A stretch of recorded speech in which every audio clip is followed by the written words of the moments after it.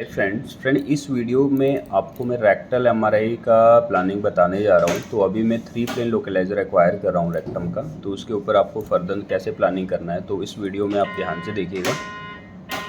तो rectal MRI की study हम कैसे करते हैं। तो हमारे पास पेशेंट आया, रेक्टल अब्सेस की हिस्ट्री से पेशेंट आया है। तो पहले पेशेंट का सिग्मोइडोस्कोपी भी हुआ है, तो उसमें भी फाइनली टूकोपेरियनल अब्सेस दिया है। तो ये देखिए 3 प्लेन लोकलाइजर मैंने एक्वायर कर दिया है। 3 प्लेन लोकलाइज़र एक्वायर करने के बाद ये देखो, ये मेरा 3 प्लेन लोकलाइज़र है।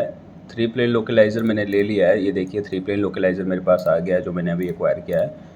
ये मेरा 3 प्लेन लोकलाइज़र है। जब भी हम रेक्टल की स्टडी करते हैं ना, तो ये हमारा रेक्टोसिग्मोइड जो जंग एरिया होता है, रेक्टल वाला एरिया होता है, उसी पे प्लानिंग करना है। जैसे सैज पे मोस्टली आपको पहले सैज लेना है।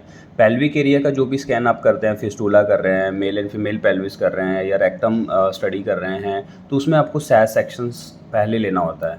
सैज मस्ट है हमारा रेक्टल स्टडी के लिए, क्योंकि सैज के अंदर ही आपकी काफ़ी ज़्यादा जो एनाटॉमिकल चीज़ें हैं वो पहले क्लियर पता चल जाती है। ठीक है, तो रेक्टल के लिए आपको सैज सेक्शंस में लेना है। रेक्टल के लिए रेक्टल वाले एरिया में जो हमने फिस्टुलो का प्लानिंग किया था, तो एनल एरिया में, तो इसमें आपको देखना है कि रेक्टल और सिग्मोइड एरिया आपका पूरा प्रॉपर इसमें कवर होना चाहिए।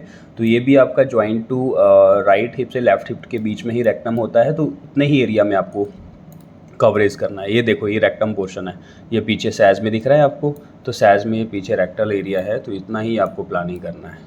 ठीक है, इतना प्लानिंग करने के बाद आप इस पर क्या करो, सैचुरेशन बैंड लगा दो। ठीक है, एफ ओ वी 25 तक एफ ओ वी स्टैंडर्ड इसमें रखो। और स्लाइस थिकनेस में थिन कर रहा हूँ, 3.5 to 0.5 की थिन में जितना लोगे तो उतना आपका रेक्टल की फाइंडिंग्स है वो आपको क्लियर दिखेगी। कोई हेमरॉइड्स है, एब्सेस है, वो सब चीज़ आपको इसमें दिखेगी। सुपीरियर साइड्स में सैचुरेशन बैंड लगाओ, इंटीरियर इन्फीरियर सभी जगह सैचुरेशन बैंड लगा के आप इसमें क्या करो, शिम एडजस्टमेंट कर दो। ठीक है, तो ये शिम एडजस्टमेंट मैंने कर दिया है। अब इस प्लानिंग को मैं सेव कर रहा हूँ। तो रेक्टल के लिए आपको रेक्टम और सिग्मोइड एरिया, जो रेक्टम एरिया उसी पे प्लानिंग करना है जब आप रेक्टल चीज़ कर रहे हैं। कोई पेरियनल अब्सेस है तो आपको देखना है कि पेरियनल एरिया में कोई काफ़ी बड़ा अब्सेस है, तो उसी एरिया में आपको प्लानिंग करना है। सबसे पहले सैज, कॉर्नल और एक्सिल में देखो अच्छे से। ठीक है, तभी आपको ये सारी चीज़ें क्लियर होगी। ठीक है, तो ये प्लानिंग करना कोई बड़ी बात नहीं है, बस आपको एनाटॉमिकल चीज़ें पता हो तो आपको डेफिनेटली प्लानिंग करना इजी होगा आपके लिए। ठीक है, तो अभी मैंने एक सैज सेक्शन एक्वायर किया था, बट उसमें पेशेंट थोड़ा सा ब्रीथ होल्ड ज़्यादा ले रहा था, थोड़ा सा स्कैन थोड़ा सा अच्छा नहीं आया है। इसमें देखो मोशन है, इसमें आपको दिख रहा है काफ़ी ज़्यादा मोशन है, क्लियर नहीं दिख रहा है आपका। तो ये मैं दोबारा रिपीट कर रहा हूँ ताकि मैं आपको ये स्टार्टिंग से भी आपका जो प्लानिंग्स है वो स्टेप बाय स्टेप बताता रहूँगा। और इसमें हम कौन से प्रोटोकॉल लेते हैं तो वो भी आप देखोगे इसमें। तो प्रोटोकॉल कौन से एक्वायर करते हैं रेक्टल स्टडी के लिए, तो इस वीडियो में आप बने रहिएगा।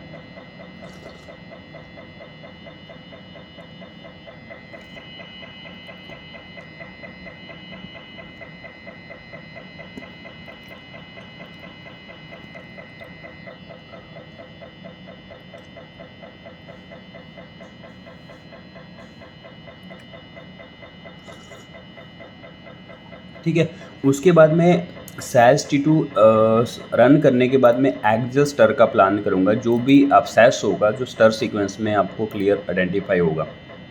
ठीक है, उसके बाद मुझे क्या करना है, एक्सियल स्टर का प्लानिंग करना है। एक्सियल स्टर का प्लानिंग आपको सैज के ऊपर देखना है। इसमें मैं अगर ये स्लाइसेस आपको दिखाता हूँ तो ऐसे प्लानिंग करना है हमें। इस तरह से प्लान करके इसको पहले सीधा करो, एक्सियल में देखो ध्यान से। एक्सियल में बॉक्स बन के आएगा तो उसको थोड़ा सीधा कीजिए ऐसे। ठीक है, तो इस तरह से आपको ये देखोगे ऐसे। और स्लाइसेस इसमें 30 कर दो, स्लाइसेस बढ़ा दो इसमें। स्लाइसेस आपको इसमें अभी अब साइज आएगा ना ओरिजिनल, तो आपको स्लाइस उसकी फाइंडिंग के अकॉर्डिंग पूरा रेक्टम एरिया आपको देखना है। तो स्लाइसेस आपको इसमें मैक्सिमम 35 तक रखने पड़ सकते हैं। तो रेक्टल स्टडी के लिए जितना ज़्यादा फाइंडिंग होगी ना, उस बेस में आपको स्लाइसेस बढ़ाना होता है। कहाँ फाइंडिंग आ रही है, कितने एरिया में फाइंडिंग आ रही है, तो वहाँ मोस्टली आप रेक्टल से रेक्टोसिग्मोइड जंक्शंस तक आप प्लानिंग को कवर करोगे एक्सेल में। सैज में देखा होगा आपने कि सैज में कॉर्नल के ऊपर देखा होगा कि एक हिप से दूसरे हिप तक आपको प्लानिंग करना है। तो एक्सेल में देखोगे जब आप सैज ओरिजिनल आपके पास सैज T2 सीक्वेंस आ जाएगा, तो उसके ऊपर आप फर्दर फिर प्लानिंग करेंगे एक्सेल का, कॉर्नल का। ठीक है,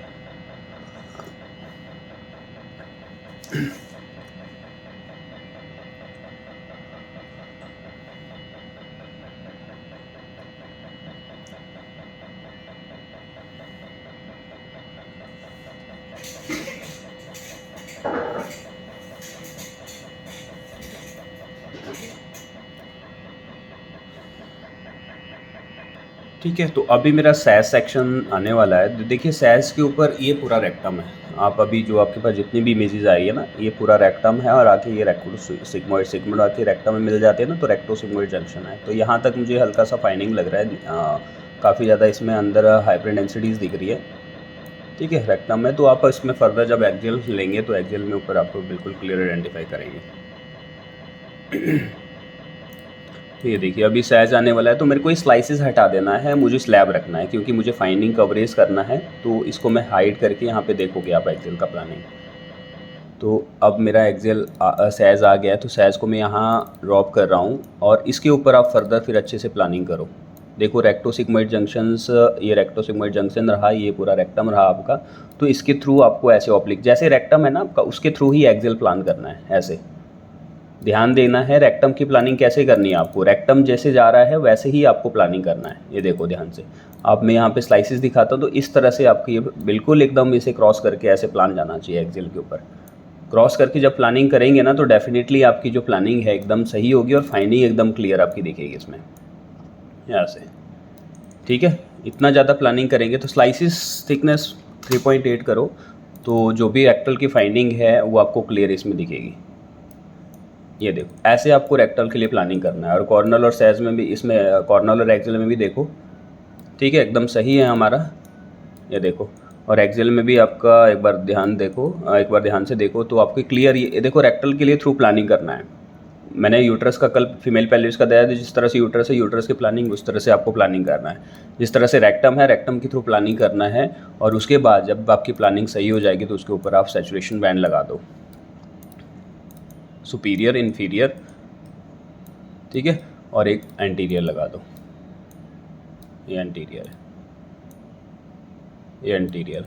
तो ये आपका करेक्ट प्लानिंग है रेक्टम की। ये करेक्ट प्लानिंग होने के बाद आप इस पर क्या करो, इस पर शिम एडजस्ट, और इसको स्लाइसिस को हटा के स्लैब रखो। ठीक है, और उसके ऊपर आप फिर शिम वॉल्यूम एडजस्टमेंट करो। शिम आप प्लानिंग के अकॉर्डिंग एडजस्टमेंट करो, जितना प्लानिंग मैंने जिस कवरेज में मैंने प्लान किया है ना, उस प्लान के अकॉर्डिंग आप शिम को लगा दो। ये मेरा करेक्ट एक्सेल का प्लानिंग है रेक्टल के लिए। एक्सेल स्टर ले रहा हूँ, उसके बाद कॉयल, और यहाँ से एनाटॉमिकल चीज़ें मेरे को लेनी है, पेल्विस, और यहाँ देखना है कि रेक्टम, ये रेक्टम है, सेट एनाटॉमी और अप्लाई। और उसके बाद कॉयल को देखो 2-3 है, बॉडी एरिया 2-3 में ले रहा हूँ, उसके बाद इसको सेव कर दो। कुछ एडिशनल करने की ज़रूरत नहीं है। ये आपका एक्सेल स्टर रेक्टल के लिए प्लान हो चुका है। जब आप रेक्टल एमआरआई करते हैं ना, तो ये प्लानिंग आपका रेक्टल के लिए एकदम करेक्ट प्लानिंग है। ठीक है, कुछ एडिशनल इसमें लेने की आपको ज़रूरत नहीं पड़नी चाहिए। ठीक है, उसके बाद हमें सैज एक्सियल T2 लेना है, तो एक्सियल T2 भी आप एक्सियल स्टर से कॉपी कर दो।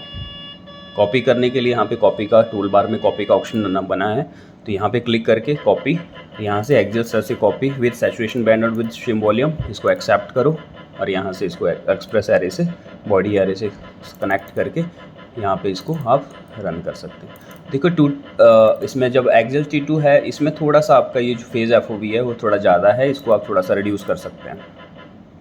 नहीं, ठीक है, सफिशेंट है एक्सियल T2 के लिए। ठीक है, तो FOV चाहे थोड़ा सा आप T2 में कम कर सकते हैं, 30 तक। मैं 30 FOV ले लिया है। ठीक है, 32 कर दो। ठीक है, सफिशेंट है। उसके बाद आप सेम बिल्कुल यहाँ से एनाटॉमी को सिलेक्ट करो और रेक्टल के सेट एनाटॉमी करो, अप्लाई करो, उसके बाद इसको आप सेव कर दो। ठीक है, तो सैज का प्लानिंग आपको रेक्टल का देख लिया कैसे करना है, और एक्सेल का प्लानिंग आपने देख लिया है। तो आपको मैं एक सैज सेक्शंस थोड़ा सा दिखा देता हूँ कि रेक्टल की आपका पोर्शन कैसे दिखता है। ये पूरा रेक्टल है, देखो ये पोर्शन पूरा रेक्टम है, ये पोर्शन रेक्टम, इसके थ्रू ही आपको प्लानिंग करना है। ऐसे एक्सेल का प्लान होगा, right to anterior to posterior, इसके ऑब्लिक, ऐसे ऑब्लिक प्लानिंग चलेगी हमेशा। जैसे रेक्टम पोजीशन, जैसे पोजीशन में रेक्टम है ना, उसी पोजीशन में आपको एंटीरियर टू पोस्टीरियर कॉर्नल का भी प्लानिंग करना है। कुछ एडिशनल, कुछ इसमें एक्स्ट्रा करने की नीड नहीं होती है। रेक्टल की स्टडी रेक्टम को देख के ही प्लान होगी। जैसे यहाँ पे सैक्रम है, कोकैक्स है, तो इसकी इस ओरिएंटेशन में तो इस ऐसे ही एक्सेल का प्लान होगा, और ऐसे ही कॉर्नल का, जिस एरिया में एनाटॉमी है ना हमारी, उसी एरिया में प्लानिंग होगा। रेक्टम ऐसे है तो ऐसे एक्सेल का प्लान होगा, और ऐसे कॉर्नल का प्लान होगा। ईजी है, कुछ ज़्यादा मुश्किल बात नहीं है रेक्टल की प्लानिंग करना। ठीक है, उसके बाद मैं आपको एक कॉर्नल का प्लानिंग करके दिखाता हूँ कि कॉर्नल T2 का प्लानिंग आप कैसे करेंगे। यहाँ देखिए, कॉर्नल T2 का प्लानिंग आप सैस पे करेंगे। तो यहाँ पे मैं आपको ये प्लानिंग इरेज करके दिखाता हूँ। ये मैंने इरेज कर दिया प्लानिंग। यहाँ पे एक सिंगल स्लाइस रखो, यहाँ से सारे स्लाइसेस आप ले लो। देखो, ये मेरा रेक्टम है, मुझे कॉर्नल अब लेना है, तो anterior to posterior, anterior side से पोस्टीरियर साइड तक आपको कवर करना है। एंटीरियर टू पोस्टीरियर, ये एंटीरियर ब्लैडर है, पोस्टीरियर आपका जो कॉकेक्स बोन है वहाँ तक आपको एरिया कवर करना है। तो उस बीच में ही आपका रेक्टल्स होगा। तो इंटीरियर टू पोस्टीरियर रेक्टम के थ्रू प्लानिंग करना है। रेक्टो सिग्मॉइड जंक्शन देखना है कि आपका जो सिग्मॉइड है वो रेक्टम में जब जंक्शन बनाता है रेक्टो सिग्मॉइड जंक्शन, तो रेक्टो सिग्मॉइड जंक्शन भी आपका इसमें पूरा कवर होना चाहिए। ऐसे प्रॉपर कवरेज है रेक्टो सिग्मॉइड जंक्शंस की।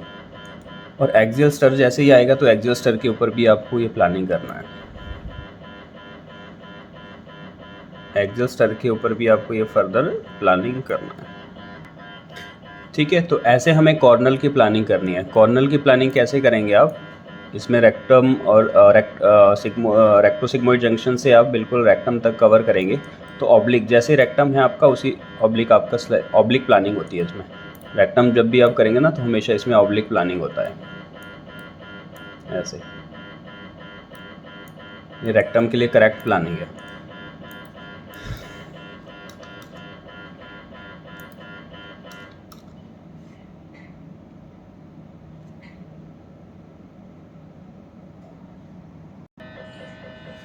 ठीक है, तो ऐसे हमें कॉर्नल की प्लानिंग करनी है। तो कॉर्नल की प्लानिंग आप सैस पर एक्सियल, जैसे आपके पास एक्सियल स्टर सीक्वेंस आएगा या axial T2 fat sat, axial STIR की जगह एक्सियल फैट सेट भी आप रन कर सकते हैं। तो उसके ऊपर भी आप एकदम रेक्टम को देख के फिर इसके थ्रू प्लानिंग कर सकते हैं। ये देखिए, यहाँ से थोड़ा सा स्लाइस आपको इंक्रीज़ करना पड़ेगा। यहाँ पे पोस्टीरियरी रेक्टम आपका पूरा कवर होना चाहिए। देखो, ठीक है, तो ये हमारा करेक्ट जो प्लानिंग है रेक्टम के लिए करेक्ट प्लानिंग है। इस तरह से हमें प्लानिंग करना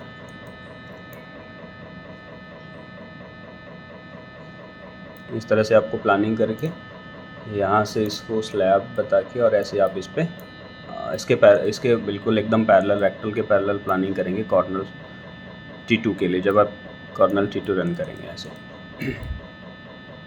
ठीक है, स्लाइस थिकनेस थोड़ा सा मैं इंक्रीज़ कर रहा हूँ, 3.3 का स्लाइस थिकनेस ले रहा हूँ। इतने एरिया में स्लाइस थिकनेस स्पेसिंग आप रन कर रहा हूँ। ये देखिए,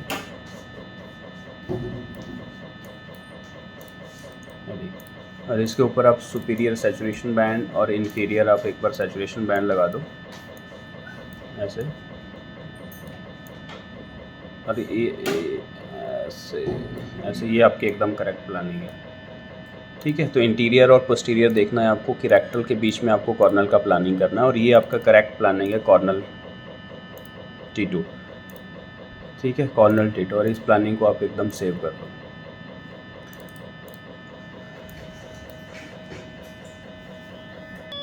ठीक है, तो ये हमारा कॉर्नल T2 का प्लानिंग है। उसके बाद हमें एक्सियल जो प्लानिंग करना है, एक्सियल से एक्सियल आप कॉपी कर सकते हैं, उसमें कुछ एडिशनल करने की ज़रूरत नहीं होती है। एक्सियल स्टर से मैं एक्सियल T1 कॉपी कर रहा हूँ। इसको आप कॉपी करके कॉयल को चेक करके आप इस पर कॉयल चेक कर लेना कि कौन सी कॉयल पे आप ले रहे हैं। इस प्लानिंग को एकदम सेव कर दो। और इसमें आप एक कॉर्नल में भी फैट सेट या स्टर सीक्वेंस ले सकते हैं। तो यहाँ मैं कॉर्नल स्टर सीक्वेंस लूँगा रेक्टल के लिए। तो यहाँ पे जैसे आपने कॉर्नल T2 एक्सियल स्टर लिया है, तो वैसे आपको कॉर्नल ऑब्लिक में कॉर्नल स्टर सीक्वेंस लेना है। तो कॉर्नल T2 से ले रहा हूँ, कॉर्नल T2 से कॉर्नल स्टर में कॉपी कर रहा हूँ। इसके बाद मुझे ये कॉइल को सिलेक्ट करके ये प्लानिंग को सेव कर देना है। ठीक है, डिफ्यूज़न की नीड नहीं रहती है रेक्टल स्टडी के लिए। अगर कोई ज़्यादा बड़ा कोई मास है या कोई लीजन है रेक्टल एरिया में, तभी आप डिफ्यूज़न ले सकते हैं। वैसे रेक्टल एब्सेस के लिए डिफ्यूज़न लेना नहीं ले सकते हैं। तो यहाँ से आप बिल्कुल एकदम पेल्विस के लिए और यहाँ से रेक्टम सेट नॉट में, और इसको आप एकदम यहाँ से सेव कर सकते हैं। ठीक है, स्टैंडर्ड जो हमारे प्रोटोकॉल रहते हैं sag T2, axial STIR, axial T2, coronal T2, axial T1 और कॉर्नल स्टर। सैज स्टर भी कई बार नीड रहती है, तो सैज में भी आप स्टर या सैज T2 फैट सेट, स्टर की जगह फैट सेट भी आप ऐड कर सकते हैं, एक्सियल स्टर या एक्सियल फैट सेट। तो यहाँ मैं एक्सियल स्टर ले रहा हूँ एक्सियल में और कॉर्नल स्टर।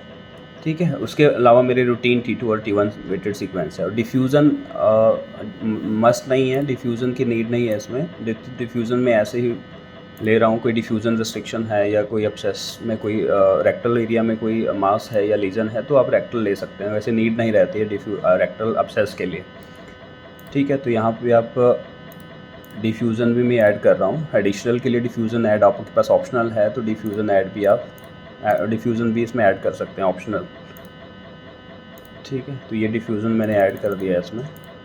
डिफ्यूज़न के साथ ADC सेट करना है, तो आपको सेटअप में एक्सेप्ट करके और यहाँ से ऐड हो गया। यहाँ पे बी वैल्यू देखना है हमें, बी वैल्यू स्टैंडर्ड है हमारी, तो ये बी वैल्यू आपको इतने एरिया में कवर करना है।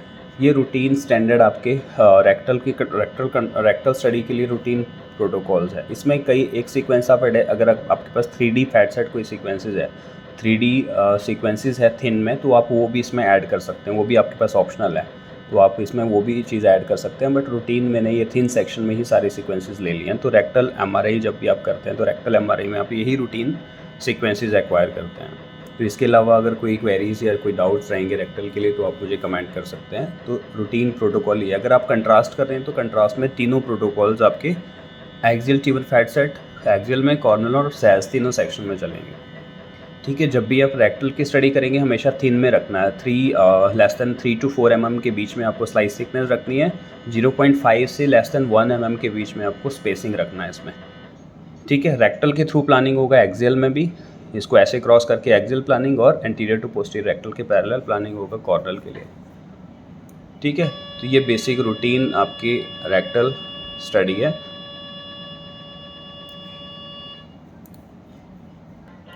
हाँ, तो ये देखिए अभी मेरे पास कॉर्नल T2 सीक्वेंस आ गया है, जो मैंने कॉर्नल सीक्वेंस ऑब्लिक लिया था ना, तो ऑब्लिक आपको कॉर्नल सीक्वेंस रेक्टम में, ऑब्लिक सीक्वेंस में रेक्टम की जो एनाटॉमी है, रेक्टल एरिया है, वो कैसे दिखेगा पूरा क्लियर आपको इसमें कॉर्नल के थ्रू दिखेगा कि रेक्टल, ये देखो थोड़ा सा हाइपर डेंसिटीज़ यहाँ पे है और थोड़ा सा हाइपर डेंसिटीज़ आपको यहाँ पे दिख रही है। तो ये हल्का सा अपसेस कलेक्शन है यहाँ पे, तो ये रेक्टल पाथ आपको पूरा क्लियर दिख रहा है। तो रेक्टोसिग्मोइड जंक्शन से रेक्टम ये आ रहा है, रेक्टम, ये पूरा रेक्टम है, और यहाँ पे हल्का सा अपसेस दिख रहा है, और हल्का सा जो म्यूकोजल लेयर है वो यहाँ पे आपका, इसमें थोड़ा सा चेंजेस दिख रहे हैं, ये देखिए।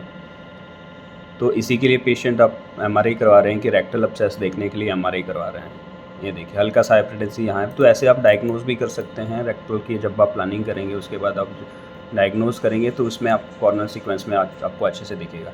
वैसे आप जैसे आपने सैज लिया है, तो सैज के ऊपर आपको एनाटॉमिकल चीज़ें बिल्कुल रेक्टल की एनाटॉमी पूरी क्लियर दिख रही है, उसके ऊपर आप फर्दर एक्सियल का प्लान और कॉर्नल का प्लान अच्छे से कर सकते हैं।